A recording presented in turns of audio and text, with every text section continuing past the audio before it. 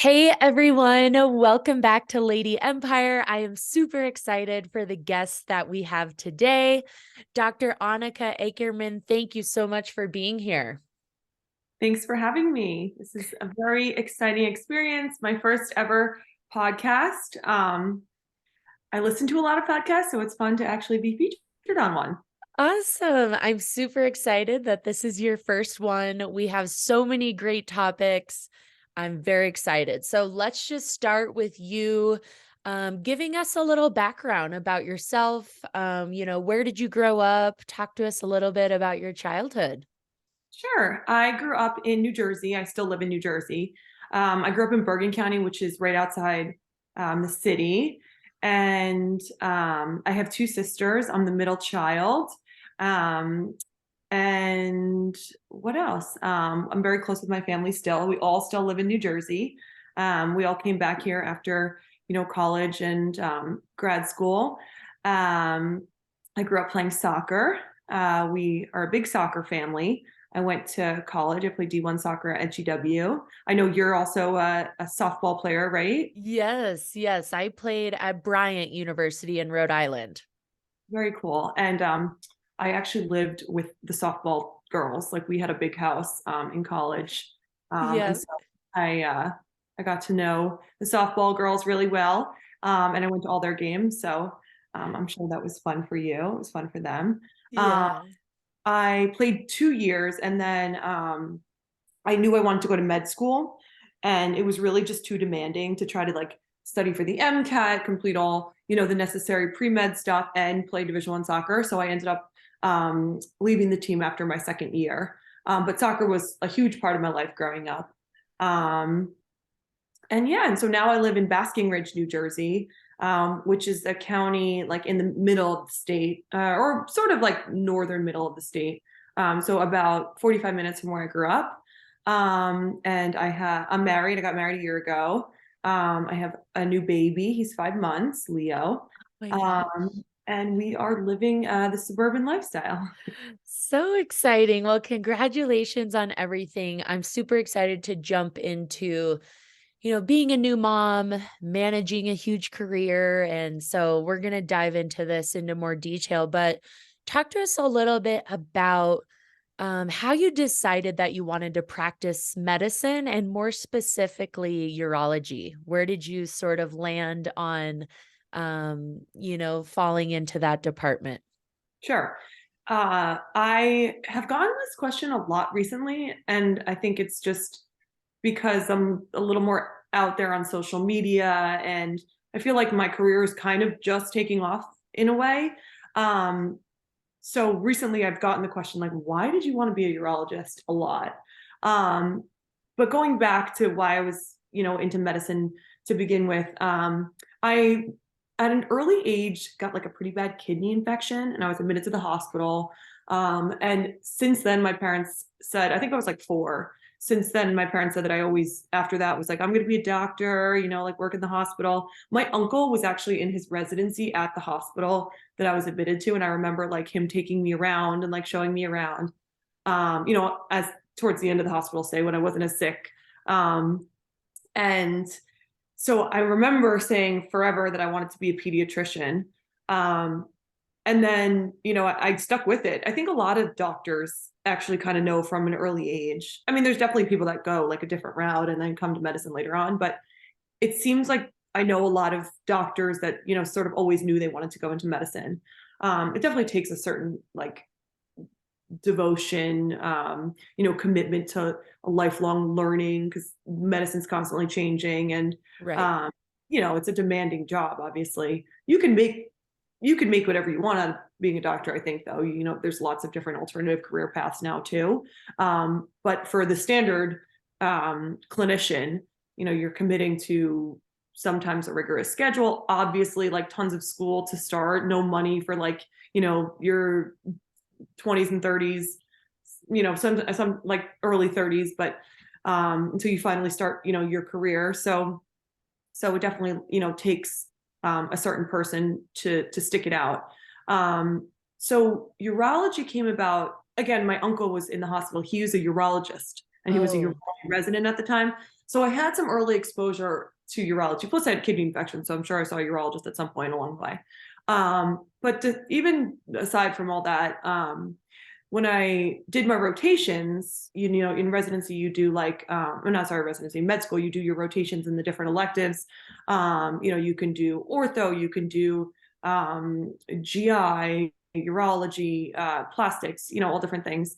I really liked the urology rotation. I felt like you have to take yourself a little less seriously to be a urologist. You're talking about, you know, a lot of sensitive material, you know, erectile dysfunction, other sexual dysfunctions in females. You're, you know, feeling prostates and testicles, and so you can't like be too uptight. And I feel like a lot of the urologists I met were, you know, sort of outgoing, funny people.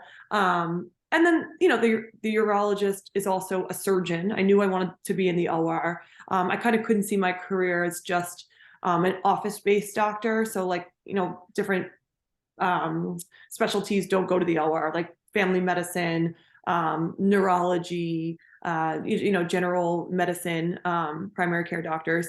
And I always knew that like I belonged in the operating room. I just thought it would be a more interesting addition to, you know, just learning about medicine. And so the surgical fields are, again, ortho, ENT, urology, there's general surgery, thoracic surgery. And urology is nice because there's not a ton of urology emergencies. So, you know, OBGYNs are delivering babies in the middle of the night, ortho fixing broken hips at any hour of the day. And then, you know, there's just emergencies in all different fields. But in urology, really, the one thing that we see the most is like, you know, infected kidney stones. We call them hot stones, and you have to act on that emergently. But otherwise, you know, you can make it a little bit of a better lifestyle as a surgeon because you're not like tied to the operating room all the time, kind of thing. Right.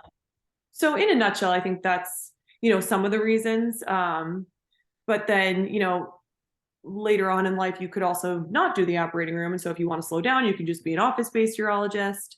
So there's a lot of different reasons. But like I was saying to begin with, I think a lot of people think urology is just like prostate exams and men's health, but there really are a lot of different things you could do. And you can even specialize in female urology.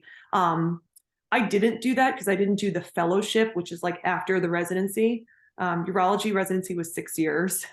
So it's a long time. And then a lot of urologists go on to do a fellowship. So there's like pediatric fellowship. You can do an oncology fellowship. You can do a female. I just came out into practice. So I'm like a general urologist, but as a female, I see a lot of female urology patients because, you know, females want to see female doctors. Right. So, you know, that's sort of how I landed where I am today.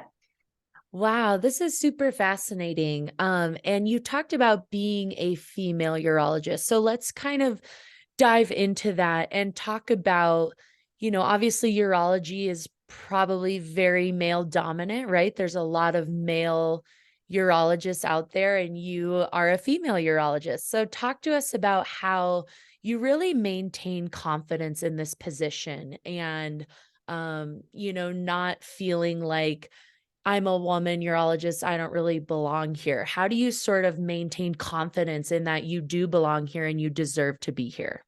Mm-hmm. So I saw on Jeopardy once there was a female urologist on, and somebody asked her about this kind of question, or actually kind of about like why do you want to go into urology, like we just talked about, and she said something. I think the statistic is, and this was probably like 5 years ago, so there's probably more female urologists, but it was like 8%, like not a lot.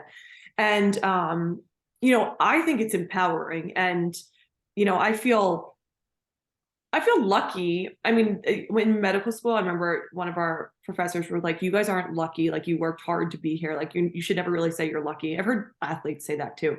But it is like a unique and empowering position because I am a female, and I even walk into the room sometimes, and I think men don't always like look up doctors. I mean, women probably don't either. But I'll walk in and they'll be like, "Whoa, I thought you were a dude," and I'm Yeah. like, I'm Dr. Ackerman, or they're like, "Are you the nurse?" And I'm like, Yep. "Yeah." And that happens a lot in the hospital too. Actually, people are like, "Oh, you're a nurse," and I'm like, "No, I'm the surgeon. I'm there, Right. you're going to be operating on me.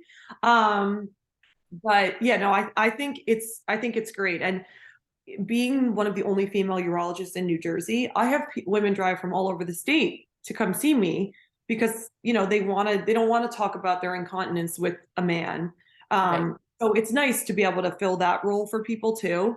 And I've heard some people don't, I guess, haven't figured out that there's a female urologist within the practice yet. So once in a while, if a woman comes in and she's seeing like one of my partners, but she has something going on that she needs to be seen urgently, they'll be like, "Oh my God, like I didn't know there was a woman in this practice. How great!" And I end up probably stealing some of their patients that way. But it's nice for females to have the option.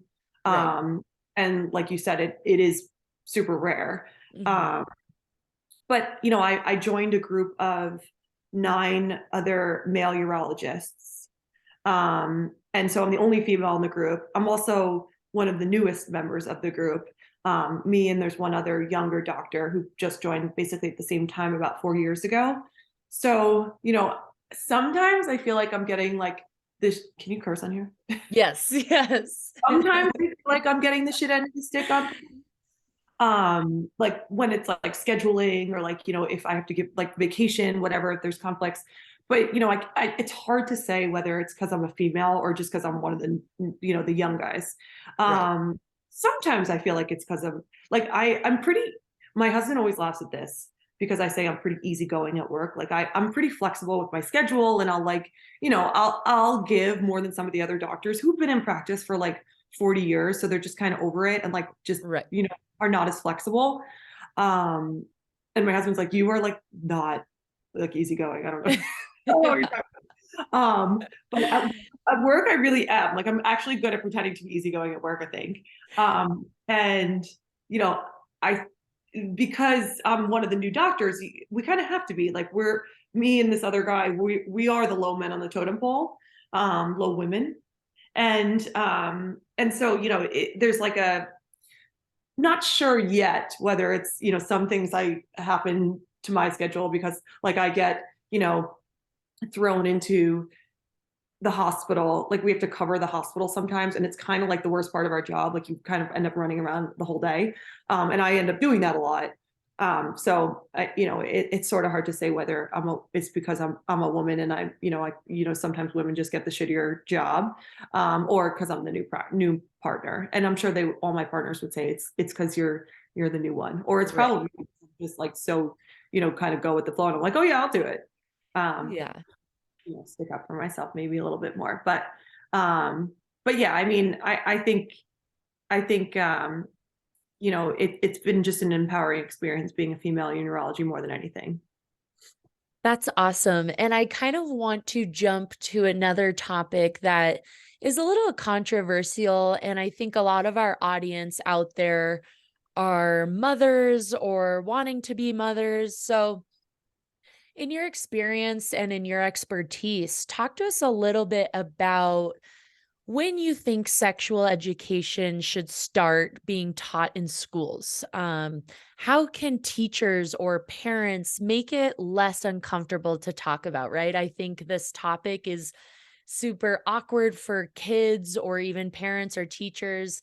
How can they sort of break that barrier and make this topic a little easier to talk about or just make it more comfortable in general? Mhm. I learned about sex education, I guess, in high school. Um, I am sort of the camp that, we don't want to teach kids things too soon. Just because you don't want to put too much impression on them, and they're really vulnerable at younger ages. Um, I guess freshman year was when we learned about sexual education. Um, Maybe a little bit earlier would be appropriate, middle school when kids are going through puberty and sort of getting their periods and sort of exploring, sexuality and the opposite sex or the same sex, I guess. But, they're sort of becoming more interested in each other, and how to make it more easy on parents. I mean, I think from a doctor's perspective, you could always just make it very sort of medical and teach about different parts and how sex happens and why it happens. Um, and I think that sort of takes the sexiness out of it if you just kind of make it, medical. Right. Um, but I don't know. I have like a very sexual being on social media, and I just put up a TikTok about like sex toys. So Yeah. I'm probably not the person to ask how you should teach your kids, because my kids are probably gonna like find sex toys in the house and be like, "Mom, what is this?" Yeah. Um, and honestly, they're not. They're mostly like it's like PR stuff. It's like not stuff that I went out and bought. Like every vibrator company now like sends me their vibrator because they hope that I'll put it on my TikTok, right? Uh, Yeah. but yeah, just like a little off topic, I think the easiest thing to do is probably to just speak about it sort of professionally and from an education standpoint. And there's definitely more than one way to skin a cat, right? So if I'm not, an educator. Well, I guess I am an educator in some ways, but I'm not in the education field, so I'm not like creative in that sort of realm. So if it was going to be me, that's how I would do it. Yeah, absolutely. And I think this is a fun topic because obviously everyone has different views. They want their kids to be educated differently, right? And they have sort of a specific way they want their kids to be educated. But, I think it's super important that parents are creating a safe space for their kids to talk about sex or any issues they may be experiencing, right? I think sometimes maybe kids are nervous to talk to their parents. They're uncomfortable. They think it's awkward. And I'm just thinking about, how I grew up and how, I think it was like seventh or eighth grade, and my parents are like, they taught me about condoms. I mean, I went to a Catholic school. We didn't talk about this stuff. Like you said, we talked about it in a way that was way more scientific and way more professional. Where like at home I felt like I had a safe space to talk about this stuff, right? Or my parents felt safe to talk to me about it. And they introduced me to the idea of condoms and safe sex, and my mom always made me feel like I could talk to her about anything I was experiencing personally. And I just think that's so important for parents to establish that safe space for their kids. And, I'm just wondering what, in being a new mother, you being a new mother, what do you plan to do with your kid in terms of educating them on sex or anything along those lines? Yeah, I mean that's amazing that you felt so comfortable like with your family at home. That's awesome. Like I said, I'm really close with my family, and like sort of anything went in our house too. We were a house of three girls, so there was, constantly, things flying around and talking about whatever. Uh, Right. and my parents were like also like quote unquote cool. Like they were like chill. They were not strict. Like, I mean, they were strict when they had to be, but not like super strict. We went to public school. So I feel like, we had definitely more like a flexible, upbringing. But I don't remember like actually talking to them about sex. I think it was sort of an open thing. It was kind of a joke because like everyone in our town kind of like knew for whatever reason. This is like really weird, but they knew my parents like still had sex. Like it was like a thing. Like, oh, like the Ackermans, like I don't know. My parents would always like joke about it with on their like for them, not Right. really educating us. So I don't know. I never remember that moment like that you were describing with like condoms or anything like that. Um, but I was also like a little bit of a late bloomer. And so were my sisters. So like we weren't like we didn't lose our virginity super early. We weren't like having sex, I don't even think in high school. So, maybe that was part of the reason that we kind of explored it in college anyway. Um, but with my own son, like you asked, you mentioned something about how parents have like really strong opinions on how, they want their kids to learn. Hmm. I'm like not that strong opinion about that. Like I think he's going to develop his sort of own learning style, and I don't want him, like I mentioned before, learning about things too early. I think some of the things going on in schools right now is like a little scary about how quickly, they're learning certain things. Um but I'm open to different educational tactics. Like, I don't think he needs to learn a certain way or one way or another. But I do want him to feel like you had, and like I had too. Like, I never felt like I couldn't ask my parents anything or whatever. We have like a very loving and open situation at home. So, but I want him to feel the same way. And I think, our dynamic in our house is kind of similar. I feel. To the way I grew up. I mean, who knows? We're like brand new parents. Like, I don't know if I'm going to be strict or not. I don't think I'm going to be strict like you know some of my friends' parents were or whatever. Yeah. But you never know because we just started. He's 5 months old. But I definitely I hope that he feels as comfortable as you were with your parents, and how I was too. Yeah, and it's like you said, like, I wasn't like, "Oh, yeah, I'm having sex," like, Right. but I felt comfortable to, like, go to my mom and say, like, "I think something's going on down there, like, I don't really know what I'm experiencing," and, like, I just felt like I could talk to her about any issues I had, and she's like, Yeah. "Well," and she, like, even introduced me to, like, OBGYN and was like, "Oh, I think it's, like, time that we schedule you an appointment and we talk about birth control," and, like, we talk about all those things, right? So I just think that was super important in my development as well. And, and even just talking with friends, they were like, I never talked to my parents about this stuff. I never like went Totally. to them. Yeah. So I'm like, it's interesting just how people grow up differently in that regard about, sex education and just talking about sex in general. Totally, yeah. But I wanna jump to another topic that I had no clue about before I did some research before this interview, so I'm super excited to talk to you about this. So, tell us a little bit about the O shot and what it means, and why should certain women think about getting it or exploring this option? Okay, so I'm not going to use the term the O shot because it's like copywritten, and anytime you put that anywhere, the person who copywrote or like got the patent on the name or whatever will sue you. Okay, so what is it what do we refer to Oh, it like, as? or I'm going to call it the orgasm shot. Uh, Okay. I don't think he has that name, but anyway, he developed this and he has like crazy like control over it, and I've gotten letters in the Oh. mail. And so like I've had to take things down on my social media because you have to pay him like $300 a month to use that name, which is just crazy. Oh, wow, and is he a doctor who developed this? He is. He's a doctor. He's in like Oklahoma or something. But he came up with the use of platelet-rich plasma (PRP) for sexual dysfunction. So there's the male version, which we're going to call the penis shot or the erection shot. It's he calls it the P shot, or Right. there's the orgasm shot. And so platelet rich plasma is used in like all aspects of medicine. So orthos put it in joints. Um, they put it on the hair and it regrows hair follicles.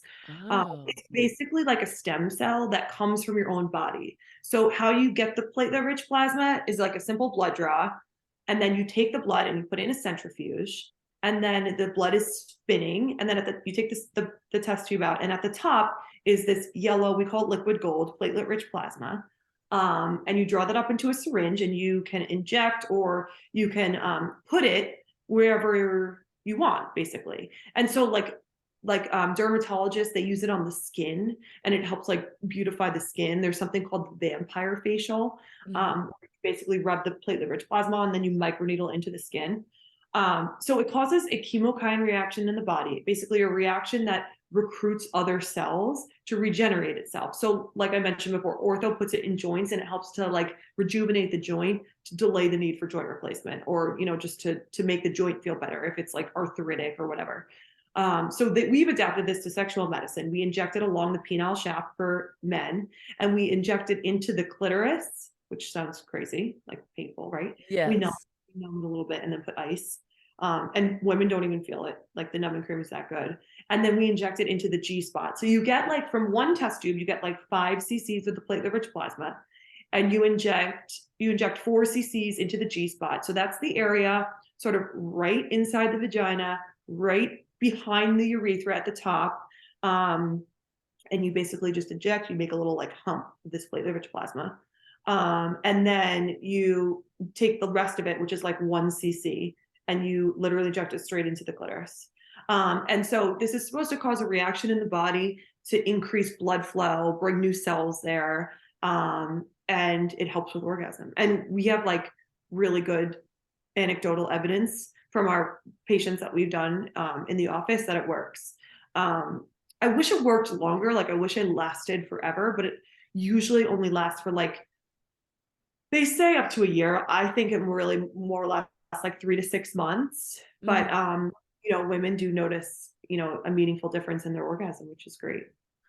Wow, that's so fascinating. And I had never even known that this was an option. I think about like when you get older and like into your like 50s and 60s, right? And obviously like your vagina changes and you go through many different changes. So I always thought about like, well, you know, is are you gonna be the same during sex? Are you always gonna have that drive and that excitement? And so, I think this sort of opens up different opportunities for women too in keeping that excitement alive and keeping that drive alive too, right? So I think this is super cool. I had never even heard of this.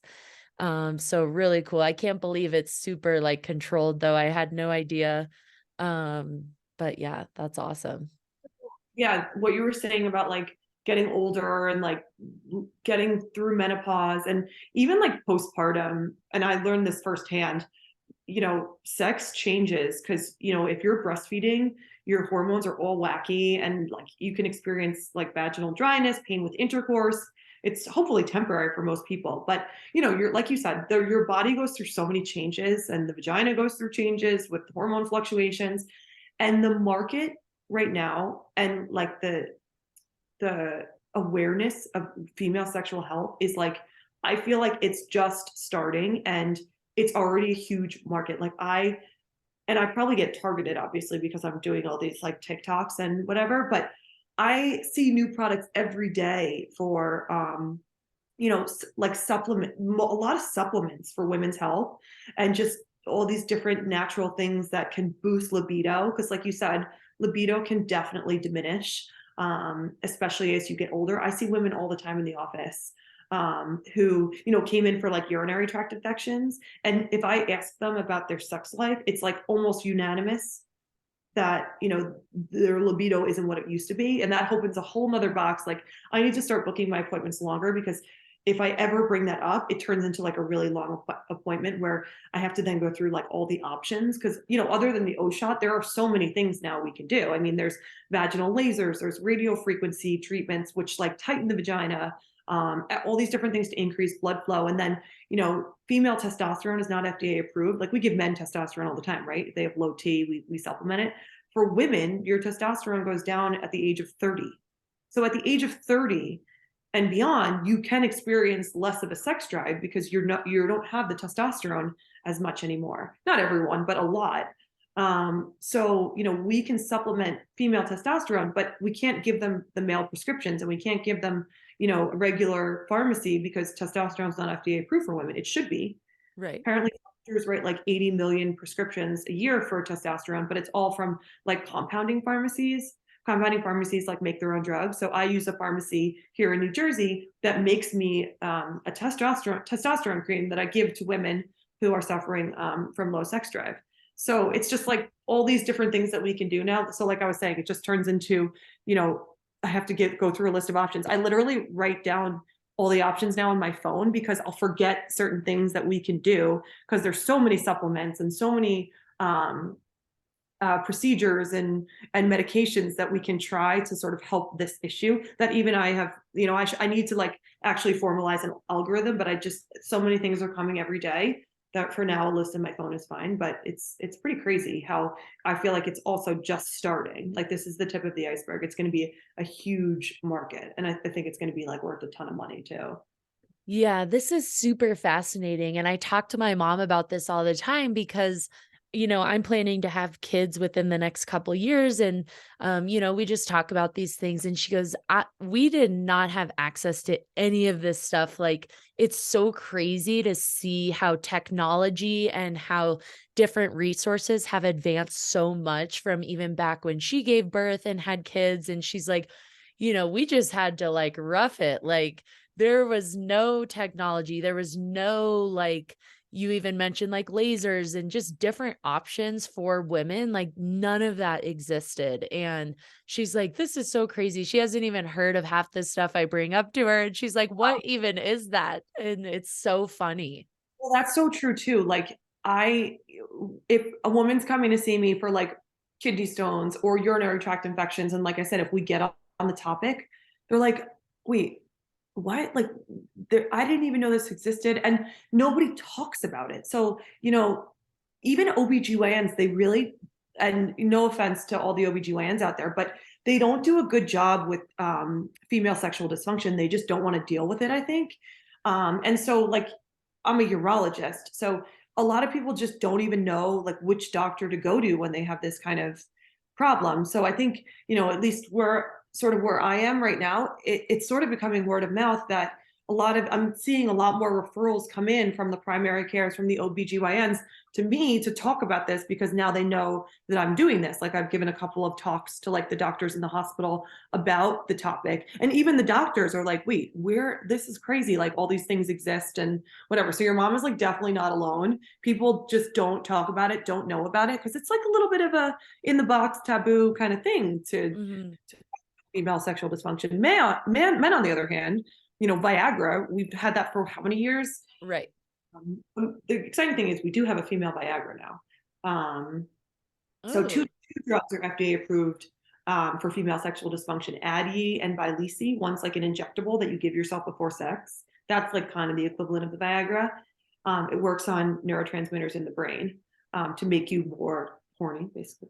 right. And then um, and then the other one's a daily pill that you can take. It's called Addyi. You take it, and it's supposed to increase your libido, but it's also works on the neurotransmitters in the brain. It's kind of like SSRIs for depression or anxiety, like medications, all the Lexapro and Zoloft and whatever. Right. It's actually in that family of drugs that like makes you like gives you like happy juices. Wow, this is so fascinating. I can't even believe this. Like you said, like I feel like everyone in the general public, no one knows that this exists. No one, yeah, like I couldn't even imagine this stuff to exist, you know? It's Um, yeah, so fascinating. Wow. Okay. I want to switch gears and jump to our last topic. We have talked about TikTok a bunch. So, talk to us a little bit about how you think you've been able to use this platform to promote your practice and the message that you want to get out into the world. How do you think TikTok has played a role in that?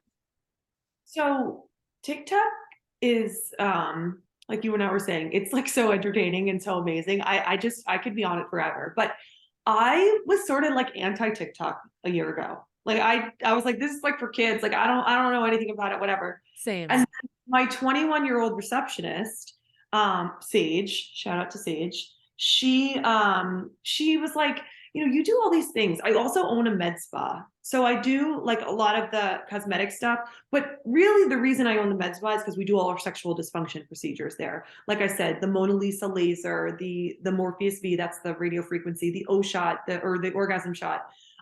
We do all those procedures there because unfortunately none of it's covered by insurance. So it's all cash. It's all, unfortunately, we have to charge for it.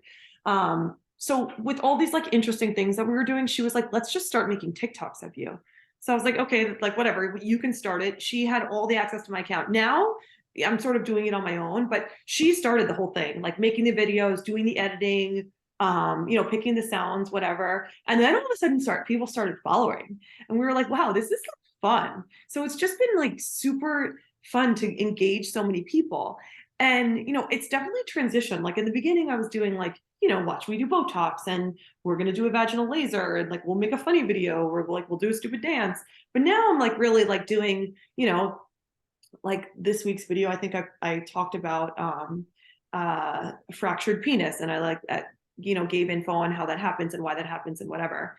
And now, people inbox me messages like asking, questions about their own health and those things. And, I try to limit that because that, you need to go see a doctor at some point, right? Like go, you need to speak about this more than on social media. Right. Um, but it's definitely been fun, and I feel like, I can get the message out, to so many people when you're just in the office, but when you're on this platform with like millions of views, you can definitely educate beyond what you could do just, being an office space or a surgeon in, one hospital.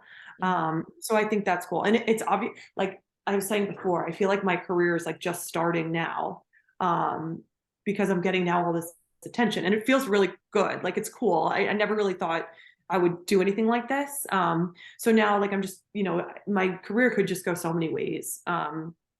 And I could, definitely see something more, um, like off social media, like either being like an informational person for, a television show, or like these are big dreams and like things that just now that we've opened the box, like, there's just so many opportunities. And like I get calls all the time for these things now. Like this was a cool thing to do too. To Yeah. like come on a podcast and like talk about, sexual medicine in my career and stuff. So it's like an exciting time in my life. And TikTok has definitely been like the foundation of this next step, I think. That's so fun. And where can our listeners follow you on TikTok or social media or any other websites and see what you're working on? Yeah, so across the board, my social media is at dr.annika, Anika, Ackerman, Ackerman. And I hope you guys all follow, and I can keep spreading my message.